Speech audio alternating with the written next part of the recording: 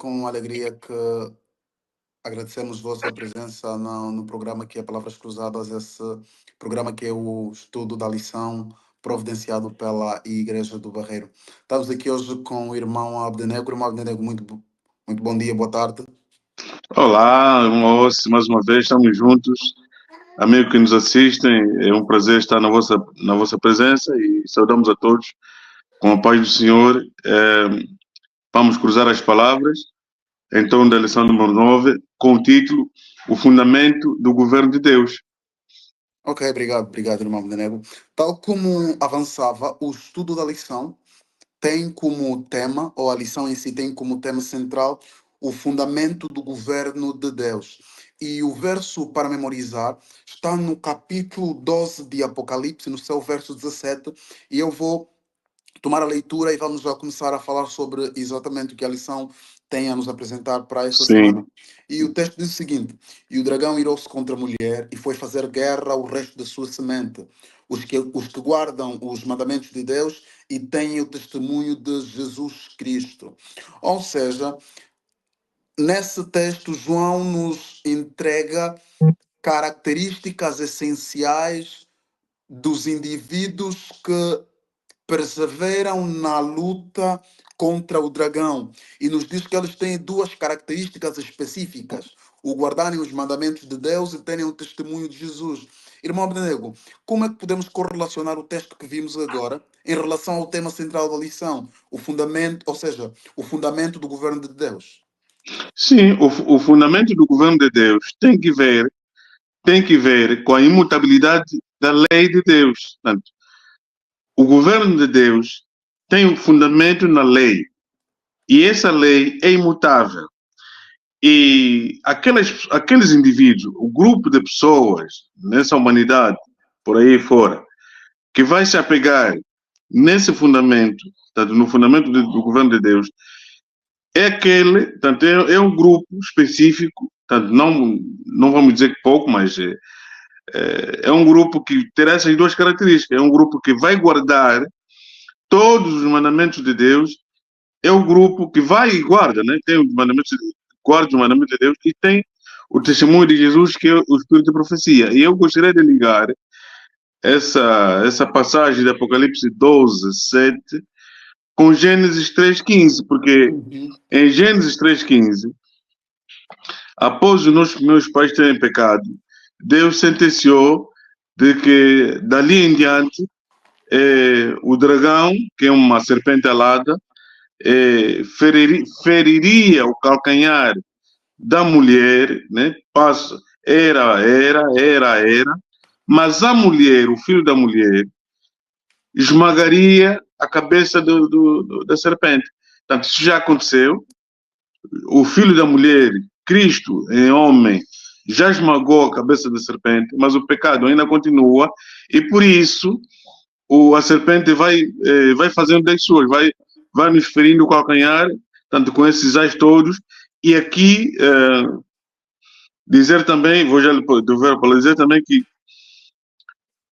a lei não pode ser a lei de Deus. Assim, Deus criou um mundo perfeito, criou um universo perfeito, e o nosso planeta também não é exceção, com todas as regras, com todas as leis. E Deus, na sua omnisciência, criou lei para nos indicar como agir, como é que nós devemos lidar com ele e com os outros. É assim no céu, entre os anjos, com a divindade, e é assim na terra. Mas os mileritas, né? Estamos a falar do grande conflito, os grandes reformadores, na altura, quando entenderam que Jesus teria voltado, ou poderia voltar, em 22 de outubro de 1944, no fraco entender deles, eles terão pulado a etapa do juízo. E o juízo só tem lugar com base na lei. O juízo só tem lugar porque assim, julga-se com base em quê? Com base na lei. E essa lei que é imutável, que aquele punhado de pessoas nesse planeta fora se apegam, são esses que têm o testemunho de Jesus e são os que guardam os mandamentos de Deus e têm o testemunho de Jesus. Portanto, esses se agarram no fundamento do governo de Deus, que é a lei que não muda. E vamos ver um pouco vamos ver mais daqui a pouco quais são essas características, né? Ok. Mas antes que avancemos, Que- deixa-me também aqui realçar 2 pontos. Parecendo coincidência, mas no sábado passado pregava o pastor na igreja, o pastor Dardo, e um aspecto importante que ele frisou com bastante propriedade, é o facto de que a lei de Deus, ela tem um propósito. O propósito da lei de Deus é revelar o caráter de Deus. Exatamente. Se voltarmos para a história, perceberemos de que Satanás, em primeira instância, levantou-se contra o caráter de Deus. Ele questionou o caráter de Deus. Uhum. E nesse questionamento do caráter de Deus, é normal que hoje Satanás crie diferentes artifícios e diferentes maneiras de continuar a questionar o caráter de Deus. Por isso é que no estudo da lição da semana temos uma ênfase na questão da lei de Deus. E rapidamente, já agora entrando, dando segmento à lição, irmão de Nego, a lição de domingo, ela fala-nos do santuário e a lei de Deus. Que relação existia entre o santuário e a lei de Deus?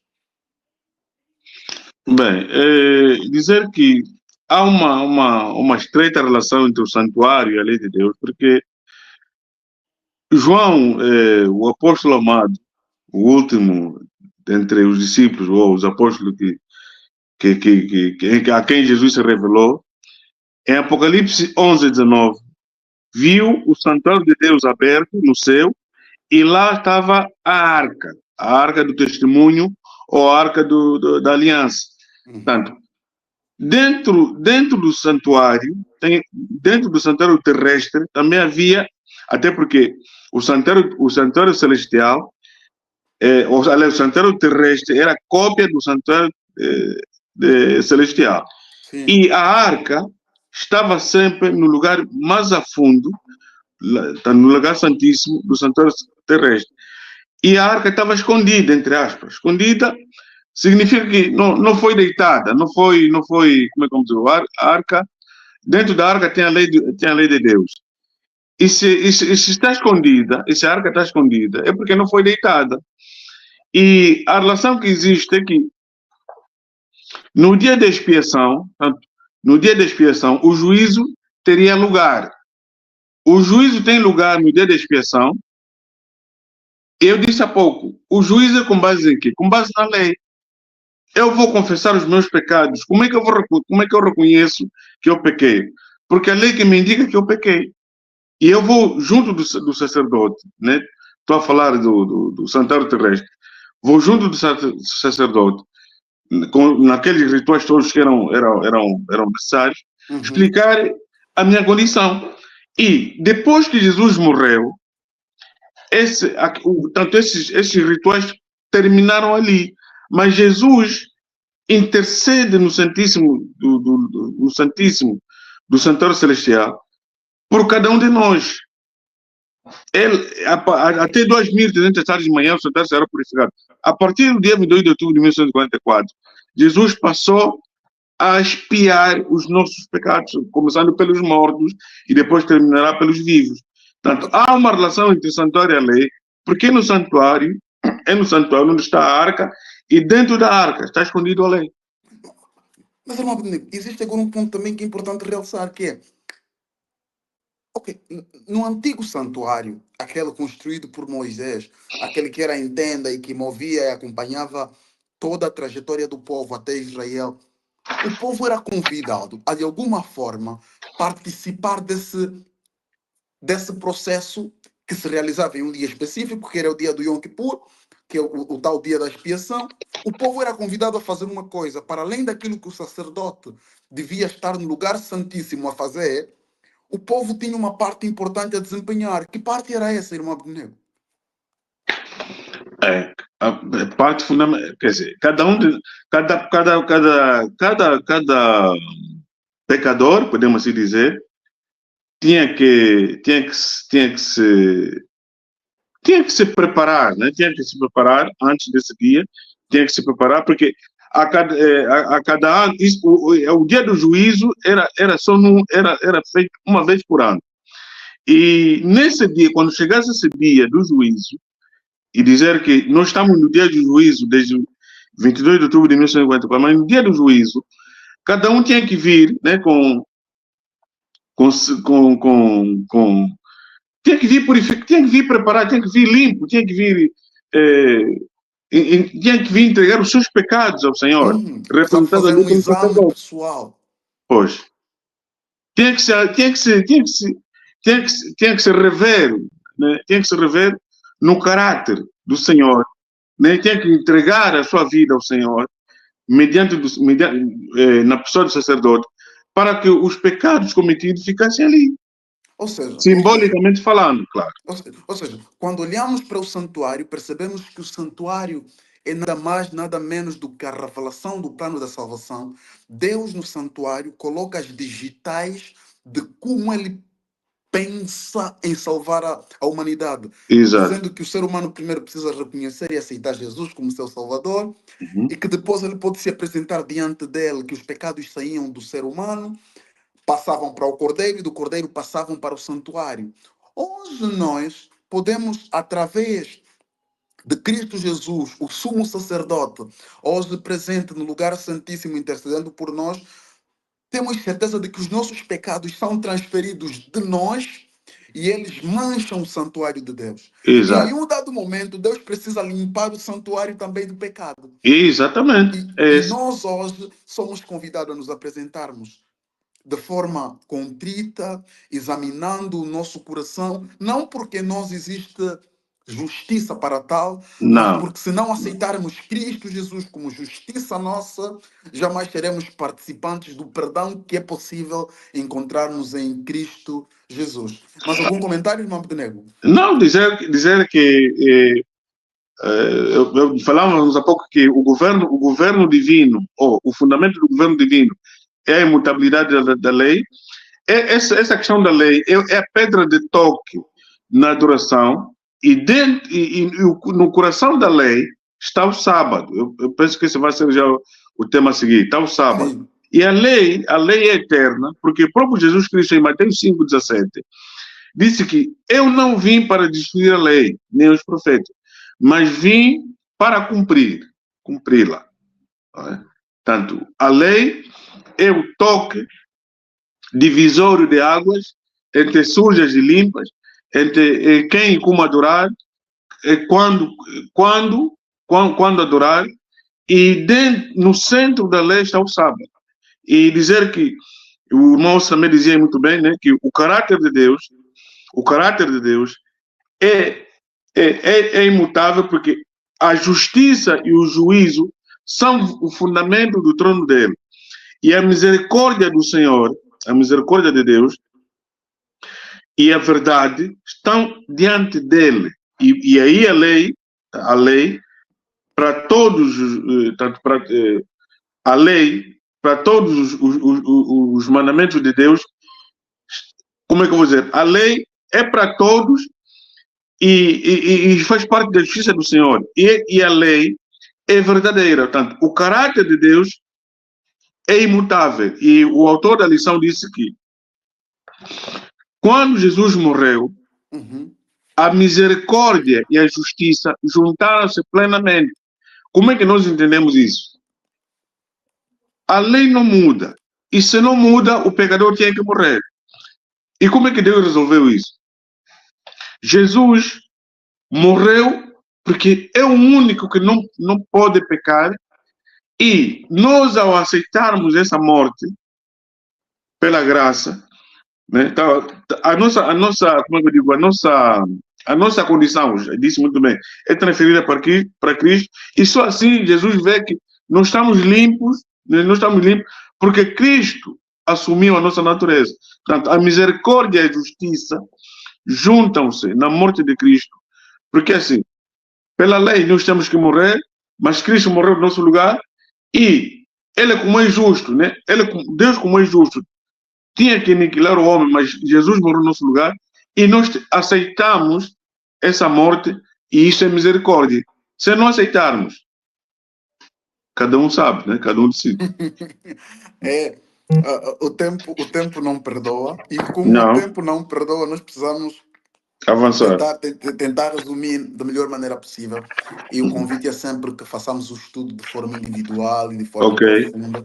Estamos aqui a fazer uma recapitulação e é incentivar as pessoas que nos ouvem e nos assistem que, por favor, façamos o estudo da lição. Há muitas coisas a serem aprendidas. Reparemos no seguinte: quanto à imutabilidade da lei de Deus, o segundo parágrafo da lição, essa lição de segunda-feira, tem um aspecto importante. Ela diz o seguinte: visto que a lei de Deus é uma transcrição do seu caráter, o fundamento do seu trono e a base moral da humanidade, Satanás odeia. Ninguém poderia deixar de ver que, se o santuário terrestre é uma figura ou modelo celestial, a lei a lei depositada na arca na terra era uma transcrição exata da lei da arca que está no céu. E que a aceitação da verdade sobre o santuário celestial envolvia o reconhecimento dos requisitos da lei de Deus e da obrigatoriedade da guarda do sábado do quarto mandamento. Aí estava o segredo da oposição atroz e decidida à exposição harmoniosa das Escrituras que revelam o ministério de Cristo no santuário celestial. Ellen White escreve isso no Grande Conflito nas páginas 372 e 373, enfatizando o aspecto de que a mesma lei que estava no santuário terrestre tinha que ser exatamente a mesma que está no santuário celeste, porque o santuário terrestre ele foi construído com base em um modelo, e o modelo é celeste. sim, Então, se o modelo é celeste, assume-se que a lei que estava no santuário terrestre é exatamente igual à mesma que estava no santuário terrestre e no santuário celeste. Desculpem aqui a repetição. O que quer dizer de que não é possível querermos anular a lei, ponto um. Ponto 2, era muito mais fácil se Deus quisesse anular a lei. Jesus não precisaria vir morrer. Porque exato. Jesus, ao vir morrer, Jesus vem pagar a penalidade da transgressão da lei. Se essa Uhum. lei é mutável, ou se ela pode ser mudada, que necessidade havia de Cristo vir morrer se ele, a partir do céu, podia simplesmente alterar os fundamentos do seu governo? Ponto um. Ponto 2. O governo de Deus, e como todos os outros governos, eles são baseados em uma legislação, porque onde não existe legislação, existe o caos. Cada um faz o que quer, quando quer, não há ordem. E o nosso Deus é um Deus de ordem. Já agora avançando, irmão Abednego, temos que falar da relação entre a lei e o sábado, porque vemos numa era onde há muita confusão quanto a esse aspecto, onde boa parte do mundo cristão aceita a imutabilidade da lei de Deus, excepto quando se trata do quarto mandamento. O que é que torna o quarto mandamento especial na lei de Deus e por que é que ele tem sido alvo de vários ataques? O quarto mandamento da lei de Deus é especial porque pelo sábado nós adoramos a Deus como nosso Criador e também como nosso Redentor. Portanto, nós somos, após o pecado, nós somos de Deus duas vezes, né, se podemos assim dizer, pela criação e pela redenção. Uhum. E o sábado é uma pausa ao longo na semana para louvar o nosso Criador, para meditar, para lembrar da promessa dele que virá outra vez. E antes de ter vindo, né? Antes de ter vindo a primeira vez, os nossos antepassados também assim observavam que Jesus viria o Messias. E esse veio no nosso tempo, é que ele virá para erradicar o pecado. Portanto, isso contemplar a natureza, contemplar a criação, viver o assim diz o Senhor, lembra-te de Deus para santificar, porque o Senhor descansou no sábado, não porque estava cansado, mas para nos dar exemplo. Tanto esses condimentos e tantos outros, faltam aqui palavras, fazem do sábado um dia especial. E também dizer que dos 7 dias, né, dos 7 dias da semana, apenas o sábado tem nome. Tem um nome aqui, é sábado, é o sétimo dia. Todos os outros é o primeiro, o segundo, o terceiro, o quarto, o quinto e o sexto. É assim, segundo a Bíblia, e é nisso, sabe, tanto nós nos nos pautamos na Bíblia como nossa regra de fé e prática, embora, né, as opiniões divergem, mas apenas o sábado tem esse nome, tem um nome, o sábado. Portanto, torna especial, continuando a contar a pergunta, torna especial porque é o dia que o Senhor escolheu para que os seus seguidores, né, para que o ser humano vivesse o exemplo que ele estava a dar no Éden, não aos judeus, não aos israelitas, não, enfim, no Éden, no início da vida humana. Portanto, torna esse dia especial. É importante realçarmos, desculpa, que através do sábado, Deus quer que nós, semana após semana, primeiro descansemos dos afazeres do dia a dia. Ponto 1. Segundo, Ele quer ter um tempo especial conosco. E com alguma recorrência, ouve-se pessoas falarem de como hoje a ciência, de alguma forma, vai mostrando os benefícios do cumprimento de uma determinada norma bíblica. Como, por exemplo, o porquê que Deus pediu para não comermos certos animais, o porquê que Deus pediu para não bebermos certas coisas. E vemos, parece que a ciência, em alguns aspectos, vai se alinhando com a Bíblia. Mas para mim, de forma pessoal, eu tenho dito, é importante lembrar de que, ainda que não faça sentido, se Deus disse, é porque é. E ponto final. Exatamente. E no sábado nós temos ali um ponto importante que é, fazendo sentido ou não fazendo sentido, nós colocamos tudo de parte para descansar no Senhor. É a prova de que nele somos, existimos e subsistimos. De que falte o que faltar, a palavra de Deus é suficiente para nós. Exatamente. E levando isso para o tempo do fim, nós percebemos de que esse mandamento vai ser o ponto de controvérsia na grande luta cósmica entre o bem e o mal, entre Cristo e Satanás. Porque nós, quando vamos analisar Apocalipse 9, percebemos que nos é revelado o sinal e a marca da besta. O sinal ou a marca da besta. E parece que tem uma ligação direta com esse dia. O que é que pode nos explicar em relação a isso, irmão Abdenego? Pois, porque é assim, se formos a ver, todas as pessoas, quer dizer, é assim, o ser humano foi criado para adorar e Uhum. todos, direta ou indiretamente, adoram. Embora muita gente, eu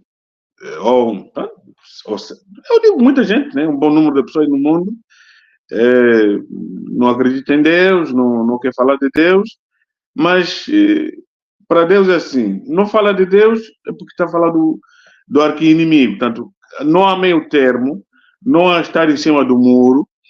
Se não estamos com Deus, estamos com o inimigo. Uhum. E muita gente, né, sobretudo os evangélicos, aceitam tudo, não se pode matar, não se pode adulterar, não se pode roubar, não se pode falar mal, etc. Aceitam quase tudo. Mas quando se chega no sábado, quando se chega na questão do sábado, as pessoas defendem que isso era do tempo, isso foi no tempo dos judeus, isso foi no tempo de Moisés.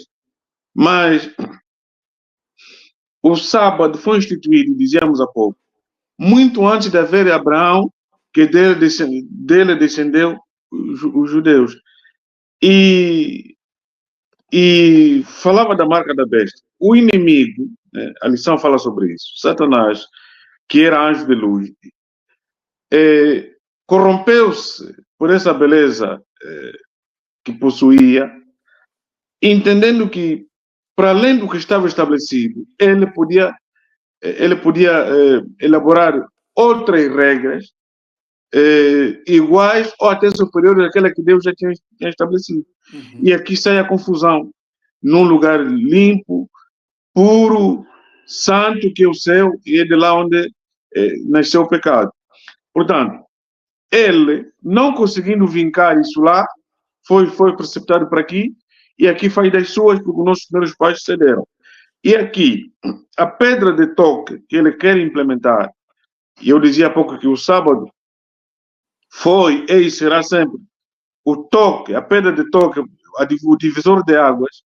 Tanto aqui, ele está a fazer tudo por tudo para que haja essa divisão. E esse povo que ele combate, segundo o versuário, que guarda os mandamentos de todos os mandamentos aqui, incluindo o sábado, mas ele diz que o sábado já foi abolido. Foi abolido como? É trabalhar até o sábado, mas adorar no domingo. Então, a marca da besta, será adorar um sábado espúrio, um sábado que não, tanto um dia, tanto será adotar, a besta vai adotar um dia, e esse já existe há algum tempo, só que ainda não está em forma de lei por alguma coisa, tanto, estampado baseando ou tendo como fundamento ou o clima ou a falta d'água, aquilo assim, mas isso um dia vai chegar. Portanto, aqueles que guardam os mandamentos de Deus, todos eles até o sábado, adorar como Deus instituiu, terão oposição quando a besta instituir a sua marca, que é um dia de adoração falso, que é o domingo. Quem não adorar Deus no domingo terá oposição, porque estará a guardar ou estará a infringir leis, como, por exemplo, vamos dizer que leis da natureza, lei da conservação da natureza. É importante realçar que o livro, Ellen White escreve de que a guarda do domingo só se torna o sinal da besta quando ela for imposta por lei para que as pessoas obrigatoriamente guardem o domingo, só aí ela se torna a marca da besta, pelo que convém realçar de que no momento a posição da igreja não é ir contra as pessoas que adorem no domingo, é no intuito de que a partir desse momento, quando se torna mandatório, quando as pessoas têm conhecimento do que Deus estabeleceu e daquilo que é apenas o cumprimento da tradição da igreja, ainda se posicionem do lado da igreja, essas pessoas estejam escolhendo adorar não a Deus, mas ao seu inimigo. Já não havendo muito tempo, em forma de sumário, há que realçar os seguintes pontos. Ponto 1. Não é uma questão de dias de adoração. Não é uma questão de poder adorar a Deus na quarta ou na quinta. Não é uma questão de poder adorar a Deus na sexta ou no domingo. É uma questão de fidelidade ao que o Senhor disse. Eu Exatamente. posso adorar o Senhor nos dias que eu quiser. Entretanto, o sábado é especial porque o Senhor disse. E ponto. Primeiro ponto a realçar é esse. Segundo ponto a realçar é: não somos salvos por guardar o sábado ou não guardarmos o sábado. Nós somos salvos unicamente pelo sacrifício expiatório de Cristo. Entretanto, a vida na salvação que hoje usufruímos nos convida a uma vida de obediência. E essa vida de obediência nos compele a guardarmos a lei de Deus na sua íntegra.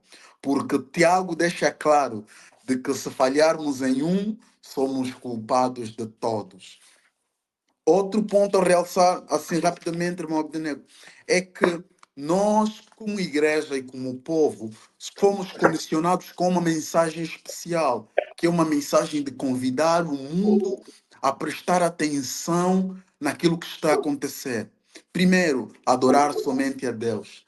Segundo, não aceitar receber a marca da besta. Ou seja, as três mensagens angelicais são o meio pelo qual Deus quer salvar o mundo da destruição vindoura. E já agora, para terminarmos, irmão Abdenego, algum comentário que queira fazer, algum ponto que queira realçar? Sim, o primeiro anjo diz, ou vai estar dizendo, temei a Deus e dê-lhe glória, porque é chegada a hora do seu juízo.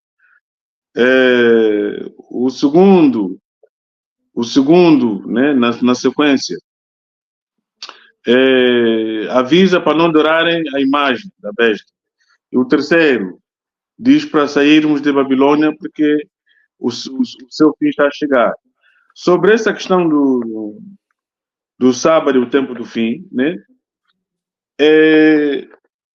O poder, tanto a besta de Daniel 7, que linka com Apocalipse 13, né? Daniel 7, 25 com Apocalipse 13, esse poder já anulou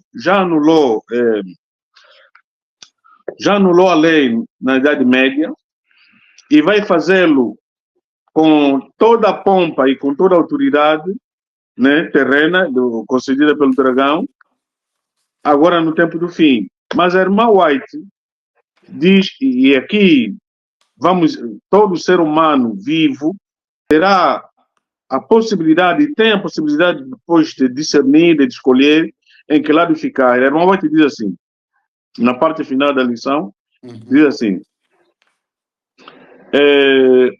quando, porém, a observância do domingo for imposta por lei e o mundo for esclarecido relativamente à obrigação do verdadeiro sábado, quem então transgredir o mandamento de Deus para obedecer o preceito que não tem maior autoridade a não ser a de Roma, honrará desta maneira mais o papado do que a Deus. Prestará homenagem a Roma e ao poder que impõe a instituição de Roma, que a instituição de Roma ordenou. Adorará a besta e a sua imagem.